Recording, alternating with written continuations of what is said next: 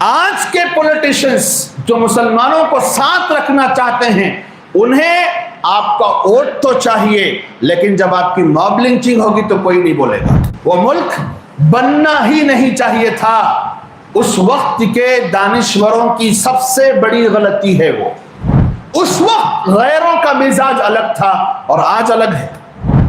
اسی لیے جمعیت کی پالیسی شروع سے یہ رہی ہے کہ مسلمانوں کو کٹنا نہیں چاہیے تھا، کٹ گئے، ہو گئی غلطی، لیکن اب پالیسی یہ نہیں ہے کہ یہی ہمارے آقا، پالیسی یہ ہے کہ 100 میں سے کیا بولتے نا مثال وہ نہ کو نہیں بولنا، غلط ہے۔ علماء کی گہار ہوتی ہے جب بھی الیکشن آتا ہے، بھائی ایک کینڈیڈیٹ سب کی طرف سے نہیں، انہیں بھی کھڑا تھا، انہیں بھی کھڑا تھا، انہیں بھی کھڑا تھا، انہیں بھی کھڑا تھا، سب بڑھ جاتی، کون بھی جیتا نہیں۔ تاریخی جملہ کہہ رہا ہوں، کان کھول کر سن لو، اس ملک کے اندر اگر مسلمان اپنی قیادت اور سیادت کو مضبوط کرنا چاہتا ہے، اپنی لیڈرشپ کو مضبوط کرنا چاہتا ہے، تو سب سے پہلا کام ہر علاقے کے لوگوں کو ایک جٹ ہو کر صرف ایک کینڈیڈیٹ کو کھڑانا پڑے گا۔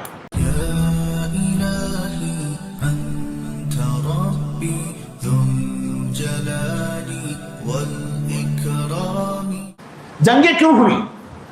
جنگ بدر اور جنگ احد، مصطلح کی جنگ ہوئی، فلاں جنگیں جو ہوئی کیوں ہوئی؟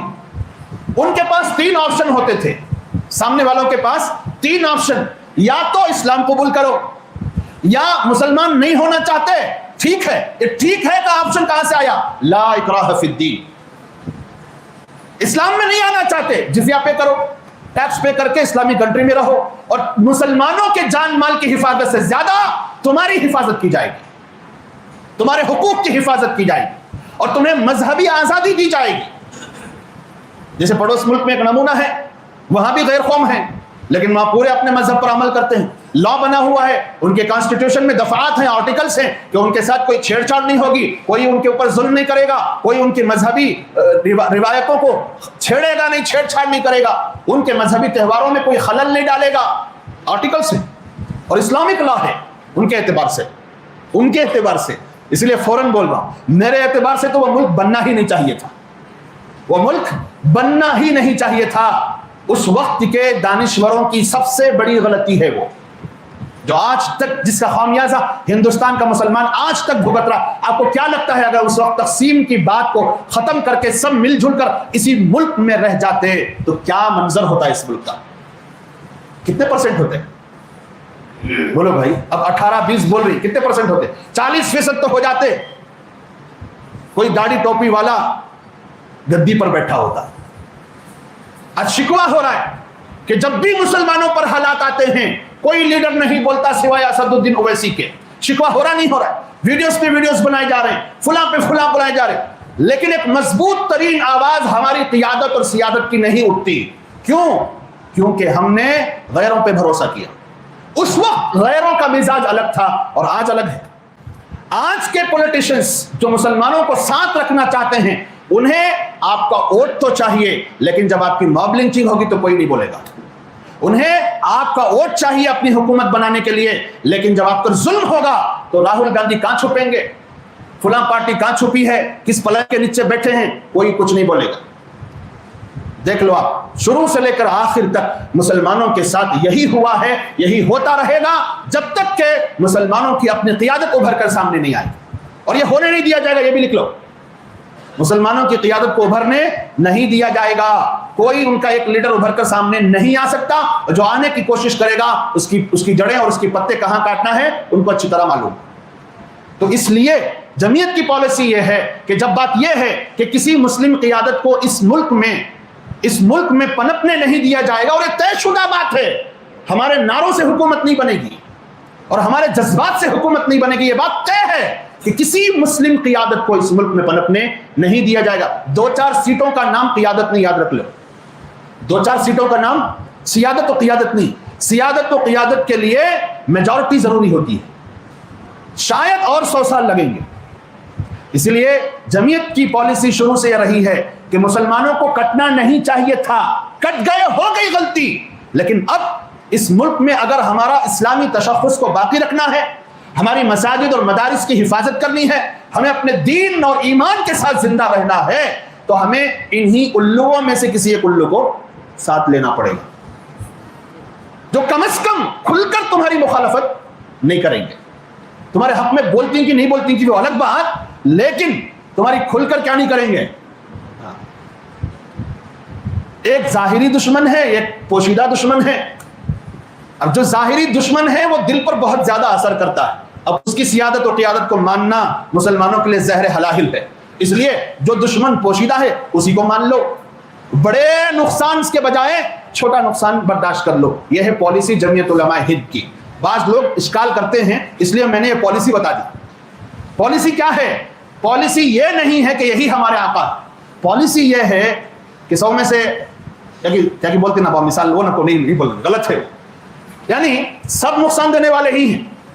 کوئی 100% نقصان پہنچا رہا ہے، کوئی 90% کوئی نقصان پہنچا رہا ہے، کوئی 80% نقصان پہنچا رہا ہے، کوئی 70% نقصان پہنچا رہا ہے، کوئی 40% نقصان پہنچا رہا ہے. تو پالیسی مسلمانوں کی یہ ہونی چاہیے کہ جب ہم اپنی قیادت و سیادت نہیں بنا سکتے اور بننے نہیں دی جائے گی. یہ ہے اصل مسئلہ. بنانے کا شوق تو سب کے اندر ہے، میرے اندر بھی ہے، تمہارے اندر بھی ہے، ان کے اندر بھی، ان کے سب کے اندر ہے. سب چاہتے ہیں کہ ہماری یہ قیادت و سیادت ہو جو مسلمانوں کے حقوق کی بات کرے اور پارلیمنٹ میں گرج کر بات کرے. لیکن صرف بات کر لینے سے مسئلہ حل نہیں ہوتا.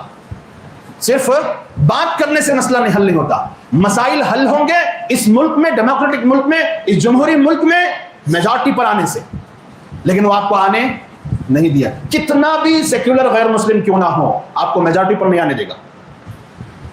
اسی کو حدیث پاک میں فرمایا گیا ہے الکفر ملت واحدہ.